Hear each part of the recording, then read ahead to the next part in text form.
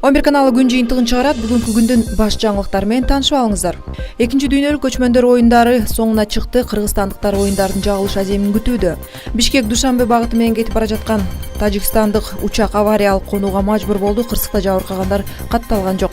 Өзбекстанда убактылуу президент дайындалды. Мурунку президент Ислам Каримовдун капысынан каза табышы Өзбекстанда утурумдук бийлик кризисин жаратты.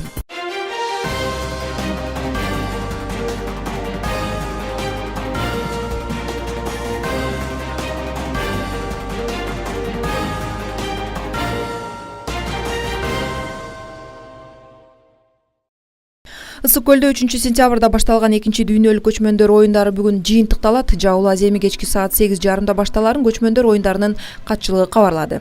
Быйылкы тамаштарда 62 мамлекеттен 1000ден ашуун өкүл келди. Алар спорттун 24 түрүнөн беттешип жатышат. Дүйнөлүк көчмөндөр оюнунун соңку 5-күнүнө белгиленген оюндардан көкбөрү боюнча казак жана кыргыз курама командаларынын оюну өзгөчө кызыктуу өтүп, 15-3 эсебинде Кыргызстандын курамасы жеңишке жетишти. Соңку маалыматтарга ылайык, жалпы оюндарга медалдардын саны боюнча Кыргызстан 1-орунда келатат. Экинчи жана 3-чү катарда Орусия менен Казакстан. Көчмөндөр оюндарына жеринен байкоо салып жүргөн кабарчыбыз Жанара Эсенова учурда мамлекеттик спорт комитетинин пресс-борборунда. Ал бизге саат 17:00 карата оюн жыйынтыктары боюнча айтып берет. Мынакей ошентип кереметтүү ысык көлүбүздүн жээгинде тагыраак айта кетсек, Чолпон Ата шаарында экинчи дүйнөлүк көчмөндөр оюндары болуп жаткан учуру 7 күндүн алкагында абдан кызыктуу көрүнүштөр болду.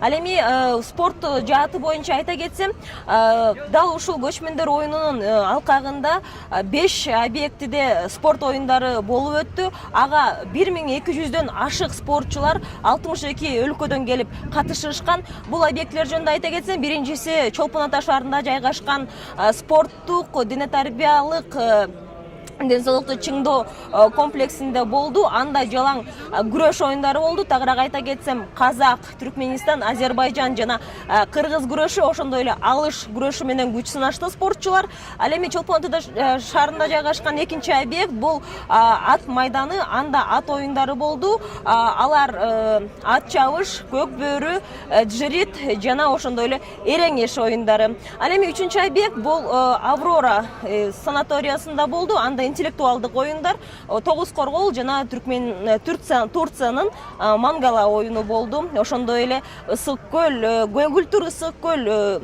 ден соолукту чыңдоо комплексинде дагы этно ордо оюну болуп өттү. Ал эми ошол экинчи дүйнөлүк көчмөндөр оюнунун алкагында Кырчын жайлоосунда дагы бир нече күч сынашуулар болду. Ал этно оюну болгон салбурун, ошондой эле жаа атуу жана бүркүт салуу, тайган жарыштар болуп өтүштү. Бул оюндардын алкагында экинчи дүйнөлүк көчмөндөр оюндарынын медал топтоо боюнча алдыңкы орунда Кыргызстан келатат. Кыргызстандын капчыгында 23 алтын, 23 күмүш жана 24 коло медалы болсо, экинчи орунда Казакстан Республикасы, алардын капчыгында 11 алтын, 12 күмүш болуп эсептелет. Ал эми үчүнчү орунга Россия Федерациясы чыкты. Алар 10 алтын, 3 күмүш, 7 медаль топтошту. Экинчи дүйнөлүк көчмөндөр оюну биринчи оюндарга караганда кыйла уюшкандык менен жогорку деңгээлде өткөрүлгөнү айтылууда. Оюндарга экинчи ирет келип катышып жаткан коноктор, журналисттер бул жолу инфраструктура маселеси кыйла жакшырганын белгилеп жатышат. Эске салсак, 2014-жылы өткөн көчмөндөр оюндарына бардыгы болуп 430 спортчу катышкан болсо, быйыл мелдештерге катышкан спортчулардын саны 1-2 миңден ашканы кабарланууда. Оюнга катышкан өлкөлөр саны 2014-жылы 19 гана болсо, быйыл 62ге чыкты. Биринчи көчмөндөр оюндарынын спорттун 10 түрү боюнча гана мелдештер өтсө, быйыл спорттун 24 түрү боюнча атаандашуу жүрдү. Бишкектен Душанбе шаарына багыт алган учак 7-сентябрда Сокулук районунун Жаңы Жер айылын артка кайтып, Манас эл аралык аэропортуна конууга мажбур болду. Бул тууралуу маалымат алгач аталган учак жүргүнчүлөр тарабынан тарап, андан соң Аба майдан басма сөз кызматы тарабынан тастыкталды. Расмий маалыматтарга караганда, авариялык конууга мажбур болгон учак Tajik Air компаниясына таандык. Аталган компания учактын абалы жана чукул конууга эмне себептиги тууралуу маалымат бере элек. Лайнер Аба майдандан Сокулук районуна чейинки багытта бир нече жолу айланып учканы кабарланууда. Жүргүнчүлөрдү 5 сааттан кийин Тажикстанга башка учак алып кеткени маалым болду. Ушул тапта Өзбекстандын парламентинин 2 палатасынын кошмо жыйыны өтүүдө. Анда президенттин милдетин аткаруучу ким болору жарыяланат деп күтүлүүдө. Өзбекстандын баш мыйзамына ылайык, президент каза болгондо анын милдети парламенттин жогорку палата башчысына убактылуу жүктөлөт. Жогорку палатанын учурдагы төрагасы Нигматулла Юлдашев бул кызматка 2015-жылдын январь айында келгени маалым.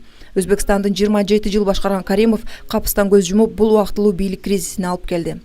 Кыргызстанда террорчу деп шектелип кармалган казак жараны эмес. Бул тууралуу Казакстандын коопсуздук кызматы бүгүн маалымат таратты. 7 сентябрда Кыргызстандын улуттук коопсуздук мамлекеттик комитети эл аралык террордук уюмга мүчө деп шектелген 28 жаштагы жаран кармалганын, ал Бишкекте Казакстандан келгени маалымдалган. Шектүүнүн аты жөнү Шамо Мамедов экени айтылып, ал Кыргызстанда террордук топтун лидерлеринин көрсөтмөсү боюнча жүргөнү, Сириядагы согуштук аракеттерге адам тартуу менен алектенип жатканы аныкталган делген. Бирок Казакстандын коопсуздук кызматы бул маалыматтарды четке кагып, чынында ал адамда Кыргызстандын эле паспорту болгону жана ал Алматыда утурумдук жашаганын айтып чыкты. Миграциялык эрежелерди бузду деп 2016 жылы май айында ал Кыргызстанга депортацияланганы маалым болду. Дүйнөлүк көчмөндөр оюнун 260 журналист чагылдырды. Бул тууралуу дүйнөлүк басылмалар эмне дейт? Күнсереп. Көчмөндөр оюндары максатына аштыбы? Туризмди жакшыртып инвестиция тартууда бул жолу кыргыз өкмөтү эмнеге жетише алды? Атайын маектен көрө аласыздар. Риодо 2016 Паралимпиадалык оюндары башталды. Ага Кыргызстандан 3 спортчу катышууда. Саламатсыздарбы, мен Эленора Сагындык кызы 11 каналында ушул Кыргызстанда ушул күндөрү топ башындагы жаңылыктардын бири болуп жаткан дүйнөлүк көчмөндөр оюндары дүйнөлүк массалык маалымат каражаттарында кандай чагылдырылып жатат, сиздерге алдыда айтып берем. Жалпысынан бул оюндарды чагылдырууга дүйнөнүн 35 өлкөсүнөн 260 чакты журналист келген. Эми ал журналисттер биз тууралуу эмне деп жазып атат, анда эмесе сиздерге бир үзүндө маалымат. Британиялык Guardian басылмасы көчмөндөр оюндары тууралуу макала жазып чыкты жана ал макаласын дүйнөлүк көчмөндөр оюндарына кош келдиңиздер. Эгер Чыңгыз хан тирүү болгондо, ал сөзсүз түрдө бул оюндарга катышмак деп атады.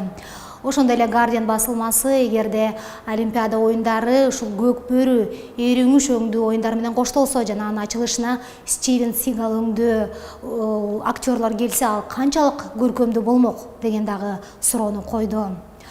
Немец Deutsche Welle телеканалы дагы ушул көчмөндөр оюн чагылдырды. Алар жасаган сюжетте оюндардын ачылышы тууралуу кадрлар кетти жана ошондой эле ачылышта сүйлөгөн президенттин сөзүнөн кыстырмалар келтирилди. Ошондой эле британиялык BBC телеканалы дагы көчмөндөр оюндарын чагылдырып атайын репортаж жасады. Жана ал репортажда BBCнин журналисттери тарыхты, када салтты жана аттарды жакшы көргөн адамдар үчүн бул чыныгы майрам болгондугун баса белгилеп өтүштү. Бизге жакын болгон Кытайдан дагы журналисттер бул оюндарды чагылдырууга келген жана алар дагы бул темадан четте калган жок. China News TV телеканалынын журналисттери өздөрүнүн сюжеттеринде, эмгектеринде көбүрөөк ушул Машботойго басым жасашты жана Кытайдан келген журналисттерди өзгөчө таасирленген бул биздин Машботой күүсү болду окшойт.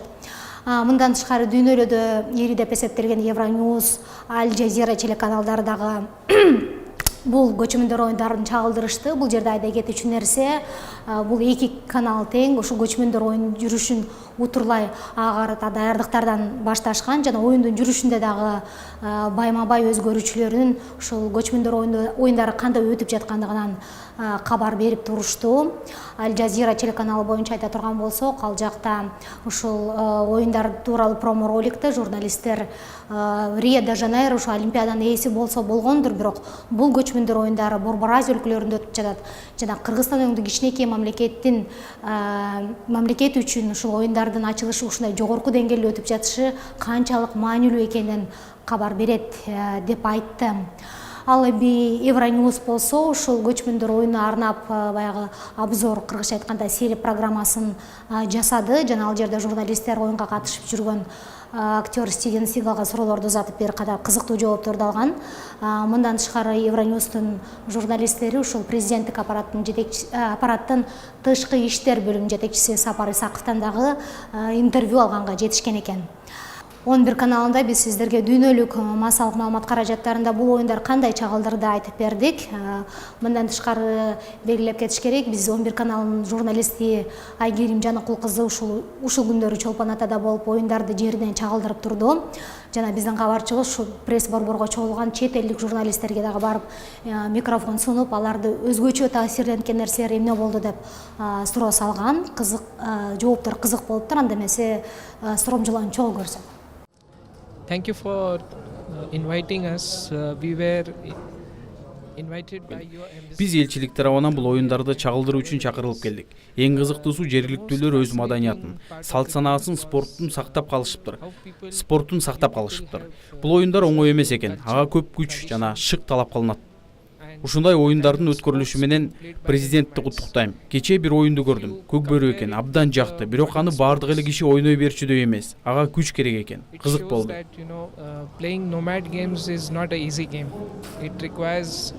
Я как журналист, я могу сказать, что лично мне не на что жаловаться, потому что у нас там практически все задачи, которые были поставлены в Москве передо мной, в московской редакции, мы все выполнили. Журналист катары арзана турган эч нерсем жок деп айта алам. Москвада мага коюлган тапшырмалардын баары толук аткарылды. Бизге эмне керек эле? Ылдам интернет, аны менен камсыз болдук. Машина токтотуу жай, тамак аш жагы эч маселе болгон жок. Кичине кемчиликтер болду. Бирок жалпысынан жогорку деңгээлде уюшкандык болду. Мен башка иш-чаралар менен салыштыра алам. Эң сонун таасирлер калтырды. Эң биринчи спорт оюндарындагы жыйынтыктарга албетте көңүл бурдук. Себеби Орусиянын курамасы да бул жерге келди. Ага Орусиянын ар кайсы региондору чогулушту. Анан албетте биздин көрүүчүлөргө улуттук колоритти жеткирүү кызык болду. Кыргызстан тууралуу көп материалдар берилсе деле көпчүлүгү үчүн ал тааныш эмес. Анын маданияты кызыктуу болот. Баардык шарттар түзүлгөн. Это такая территория неизвестная остается. И вот хочется показать традиции, культуру этой страны. И тут, по-моему, все прекрасные условия созданы. Но вот место проблема иногда бывает и очень далеко. Кичине маселе бул жакта бир оюндар болуп атып эле, экинчиси 70 чакырым алыс жакта болуп калып атат. Жетишүү мүмкүн эмес. Анан биринчи 2 күн өзүбүзгө жай таба албадык. Бирок кийин маселебизди чечип беришти. Биз менен иш алып барып жардам бергенге рахмат. Первые 2 дня мы свои как место нашли. Я приехал из Баку, главный редактор. Мен Бакудан келдим. Азербайжандагы гезит редакция атынан келдим. Экинчи жолу катышып атам бул оюндарга. 2014-жылы оюндарга да келгем. Аябай жагатат оюндары. Айырмачылык чоң буга чейинки оюндарга салыштырмалуу. Инфраструктура жакшырыптыр. Мындай пресс-борбор жок эле, мындай ипподром жок эле. Биринчи жолу болгондо албетте андайлар болот. Кыргыз эли жогорку деңгээлде оюндарды уюштуруптур. Играх кочевников в Кыргызстане. Кыргызстан менен Беларусь баш прокурорлору Минск шаарында жолугушуп, Курманбек Бакиевди Кыргызстанга өткөрүп берүү туурасында сүйлөшкөн баш прокуратуранын басма сөз кызматынан кабарлашты. Ага ылайык Индира Жолдубаева жана Александр Конюк 7-сентябрда жолугушкан. Бирок азырынча сүйлөшүү жыйынтыгында эки тарап кандай чечимге келишкени тууралуу маалымат ачыктала элек. Жолугушуу КМШ мамлекеттердин башкы прокурорлорунун координациялык кеңешинин жыйынынын алкагында уюштурулду. Эске салсак, качкын мурунку президент Курманбек Бакиев 2010-жылдан кийин Беларустан баш байнек тапкан. Риодо паралимпиадалык оюндар старт алды. Оюндардын ачылыш аземи 7-сентябрда Рио-де-Жанейрода өткөн. Оюндар эми 18-сентябрга чейин уланып, ага дүйнөнүн 160 өлкөсүнөн 4000 атлет, анын ичинде 3 кыргызстандык спортчу катышууда. Бразилияда паралимпиадалык оюндар ачылып жаткан убакта Кыргызстанда бүгүн бул оюндарга аналог катары өтүп жаткан бүткүл дүйнөлүк көчмөндөр оюнунун жабылышы күтүлүүдө. Ушул тапта жабылыш аземи өтчү стадиондо иш-чарага даярдыктар өтүүдө.